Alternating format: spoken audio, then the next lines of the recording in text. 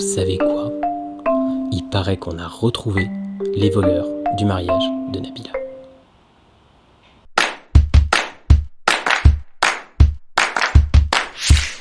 Donc ouais, vous allez me dire ok, on va parler de Nabila. Eh ben pourquoi pas. Le vol, ça arrive à tout le monde, ça arrive chez vous, ça peut arriver à vos voisins, ça peut aussi arriver à des personnes connues. On en parle un peu plus, mais ça arrive aussi. Donc là, pour vous situer rapidement, c'est arrivé lors de son mariage dans une chambre d'hôtel. Alors déjà, petit aparté, j'aimerais pas être à la place de l'assureur de l'hôtel parce que c'est toujours un peu la galère quand vous êtes chez quelqu'un et qu'il y a un vol. Mais bon, ça c'est une petite parenthèse. Il faut savoir qu'il y avait à peu près pour 170 000 € de bijoux de dérobés ce soir-là. Donc on n'est pas sur un petit vol de paille. Donc là, depuis le vol, qu'est-ce qui s'est passé? Sûrement qu'il y a eu une expertise de fait, sûrement qu'ils ont déjà été indemnisés par rapport aux bijoux qu'ils avaient perdus. Aujourd'hui, les voleurs, ils sont retrouvés. Qu'est-ce qui se passe quand on retrouve des voleurs? Qu'est-ce qui se passe quand on retrouve des objets qui ont été dérobés?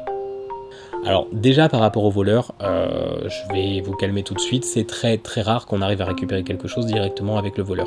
La plupart des cas, c'est des gens qui sont soit insolvables, soit qui retournent directement en prison parce qu'ils en sortaient. Donc voilà, quand on est sur des voleurs qui ne font que ça, on n'aura rien à récupérer derrière eux, même si on porte plainte nommément. Par contre, qu'est-ce qu'on fait quand on retrouve des objets volés? Si on retrouve une partie de ces bijoux à Nabila, comment on fait? Comment on fait s'ils ont déjà été indemnisés par leur compagnie d'assurance? Dans ce cas, il y a deux possibilités. Soit, et c'est le cas le plus rare, les bijoux ils ont rien. Ils sont retrouvés dans l'état auquel ils étaient quand ils ont été dérobés. Là, dans la plupart des cas, les gens rachètent les bijoux à leur compagnie d'assurance. Il faut savoir que quand vous avez une indemnité de votre compagnie d'assurance, c'est comme si l'assurance vous rachetait les bijoux. Ça marche aussi avec les véhicules. Quand votre assurance vous rachète votre véhicule, c'est une cession de véhicule. Un véhicule volé cédé à votre compagnie d'assurance, c'est l'assurance qui est propriétaire du véhicule volé. Si le véhicule est retrouvé, c'est l'assurance qui en est propriétaire, donc vous devez le racheter. Maintenant, si les bijoux ils sont plus dans le même état, ou si la voiture elle est pas tout à fait dans le même état que quand elle a été volée, ça c'est le cas le plus fréquent. Pour les bijoux, la plupart des cas, les voleurs ce qu'ils veulent faire, c'est tout de suite les rendre irreconnaissables.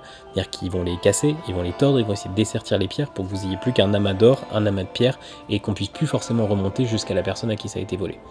Dans ce cas-là, c'est au choix de la personne à qui ça a été volé de choisir si elle rachète les bijoux à son assurance, et dans ce cas-là se pose la question du prix, parce qu'ils sont plus dans le même état que quand ils avaient été volés, ou de les laisser à leur compagnie d'assurance, de garder l'indemnité et d'en racheter d'autres avec.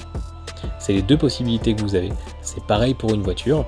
Imaginez, j'en sais rien, que vous ayez votre voiture qui a été volée, vous avez été indemnisé par votre compagnie d'assurance, vous avez racheté une autre voiture, si elle est retrouvée 10 jours après, vous n'avez pas envie de la récupérer, votre ancienne voiture, vous êtes déjà passé à autre chose.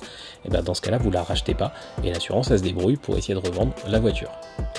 Donc je vais vous raconter une petite anecdote qui m'est arrivée quand j'ai commencé l'expertise. J'avais commencé il y a pas longtemps, je suis tombé sur un dossier qu'on m'a gentiment refilé. C'était un dossier de vol de meubles anciens, de meubles du XVIIIe siècle, qui avait été retrouvé 10 ans après leur vol, et dans un état à peu près impeccable. Ils avaient été gentiment entreposés dans un endroit, ils n'avaient, je pense, jamais été vendus à une autre personne, et ils ont été retrouvés tels quels. Sauf qu'à l'époque où ils ont été volés, il y a déjà 15-20 ans maintenant, ces meubles-là, ils avaient une vraie valeur sur le marché de l'occasion. C'est des meubles qui étaient cotés, qui se vendaient plusieurs milliers d'euros. Mais quand ils ont été retrouvés, il y avait une énorme chute du cours du mobilier, et on n'en donnait que quelques centaines d'euros par meuble. Donc dans ce cas-là, comment on fait ? Parce que c'était des biens de famille, les gens à qui ça avait été volé, ils voulaient les récupérer, mais pas au prix où ils avaient été indemnisés 10 ans avant. Ils voulaient les récupérer à la valeur du marché. Et l'assurance, elle voulait quoi ? Elle voulait essayer de récupérer de l'argent et de dégager tous ces meubles-là. Parce qu'en attendant, elle payait du stockage, les meubles, il fallait les dégager rapidement parce qu'il y avait des frais tous les jours. Donc là, on est dans une situation où le rôle de l'expert, c'est un peu entre deux. Il faut essayer de trouver le juste milieu entre le prix que vaudrait aujourd'hui le bien sur le marché par rapport au prix qu'est prêt à payer la personne pour racheter. Et ça, c'est un vrai travail d'équilibriste. Je peux vous dire que c'est un dossier qui n'a pas été facile. On s'en est sorti avec une offre globale, tout le monde était à peu près content. Mais voilà, c'est pour vous dire que des objets qui ont été volés, même il y a longtemps, ils peuvent être retrouvés. C'est d'ailleurs, si ça vous intéresse de savoir comment justement on peut essayer de retrouver ces objets-là, il y a des bases de données, il y a des sociétés qui sont spécialisées là-dedans au niveau européen pour essayer de retrouver des bijoux, des voitures ou des objets de valeur qui ont été volés. Si ça vous intéresse que je vous dise comment ils fonctionnent, mettez-moi un petit commentaire, je vous expliquerai comment ils marchent.